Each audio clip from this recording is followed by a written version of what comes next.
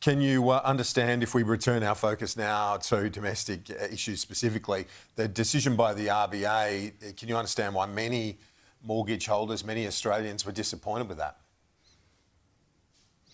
I can, and I made that point on the day. I don't think it's especially controversial to point out that the decision which came on Tuesday would have come as a disappointment to millions of Australians who were hoping for more rate relief from the Reserve Bank, and it came as a surprise to most economists and certainly the market, which follows these sorts of decisions closely. But the Governor of the Reserve Bank made it really clear that the decision taken on Tuesday was a matter of timing, not a matter of direction. The direction of travel when it comes to inflation and interest rates is already quite clear. The Governor made that even clearer on Tuesday. We've already had 2 interest rate cuts in the last 5 months. That's because of the progress we've made together on inflation.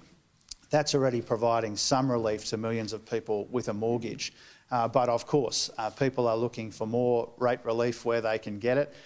The Governor of the Reserve Bank has made it clear that that will come at some point, but that she and her board would like more information before they make that decision to cut rates for the 3rd time this year. So do you think mortgage holders should be reassured by that message, that we're, as she put it, on an easing path? Yeah, I think people will watch closely what the Governor of the Reserve Bank says. I think it's a good thing that the Governor runs through the reasons for each decision, makes herself available. I'm very supportive of that, very grateful to her for doing that. And she has talked through the reasons. She's made it clear about the direction of travel in interest rates. I think people can take some comfort from that. But rates have already gone down a couple of times. There's cost of living rolling out in our community. We've made very substantial and now sustained progress in the fight against inflation. And I think the Governor's approach to cutting rates already a couple of times this year and saying that there are likely to be more interest rate cuts on the way, I think that reflects that progress that we've made. On the reform roundtable, it's coming up not that far away now, next month. I wonder, initially it was called a productivity reform roundtable. Now, then you broadened it out to an economic reform roundtable. Are you having to drag some of your senior colleagues to the table when it comes to serious reform? Well, a couple of things about that. I mean, I don't mind what you call it. I think the productivity challenge is central to our economic reform efforts. It already is, but we're looking to build consensus on the next steps in that agenda. And so I think productivity and economic reform are inseparable. I said at the press club, and the Prime Minister said at the press club, that this is all about building consensus, building on the progress that we've made, building on our substantial agenda. Productivity will be the major focus, but it won't be the only focus. I've spent a fair bit of time in the last couple of weeks finalising the agenda, trying to work out how we issue the next set of invitations. It's been difficult, frankly, because there's been so much interest from my ministerial colleagues, from business leaders and union leaders and community leaders and others. That's a very good thing. That's a very welcome thing. And so we're almost ready to issue the next set of invitations beyond the 10 or 11 that we issued already. I can tell you today, Kieran, that the agenda will be largely 3 days. The first day will be resilience, the second day productivity, the third day budget sustainability. Those are the 3 priorities that I indicated at the press club when I fleshed out our thinking when it comes to this particular roundtable. And on that final one, the budget sustainability, I know you've got young kids, as I do. Is it a focus? Is it on your mind when you think about budget sustainability? You don't want to leave a legacy of mounting and piling debt for the next generation? Oh, absolutely. You know, we try and apply an intergenerational lens to all of our considerations in my portfolio, whether it's budget sustainability, indeed the productivity challenge.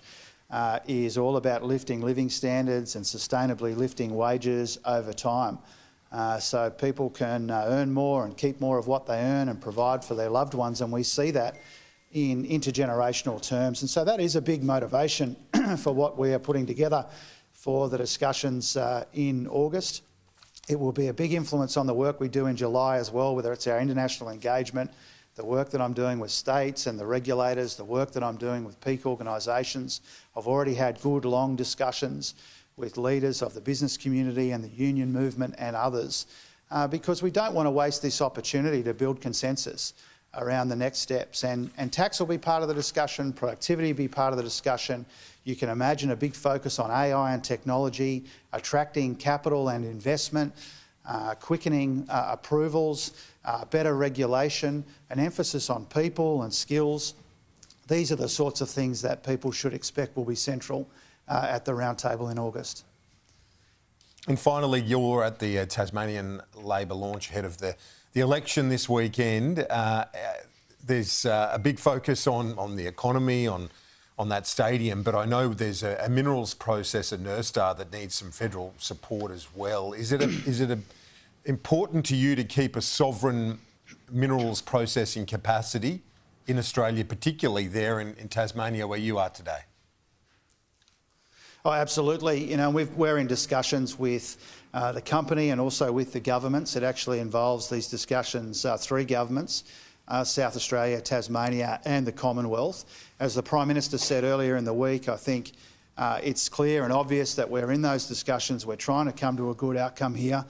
And our support for this industry, I think, is illustrated by the fact we've already got $70 million jointly on the table for NISTAR. We've got a $2 billion aluminium fund, which is all about the future of smelters. And so we come to the table in good faith. We do want to see a good outcome. We're obviously aware of the issues there and we're in discussions with the relevant government. But the reason I'm here in Tasmania today, Kieran, is because this election here in Tasmania has been made necessary by the economic mismanagement of the Rockcliffe Liberal government here and by the absolute disaster, which is the Spirit of Tasmania program, the infrastructure program there. So the election here in Tasmania is a pretty simple choice. You know, 4 more years of farce and failure and economic mismanagement from a Liberal government stumbling from one stuff up to another, or a fresh start under Dean Winter and Tasmanian Labor. I know Dean Winter. I think he has all the ingredients to be a wonderful Premier, and I'm really proud to be in Devonport, Tasmania, to support him today and to help him with the formalities of launching the campaign. I encourage every Tasmanian to vote Labor at this election. Treasurer, thank you for your time. Thanks for joining us this Sunday ahead of that election next week. Appreciate it, Kieran. All the best.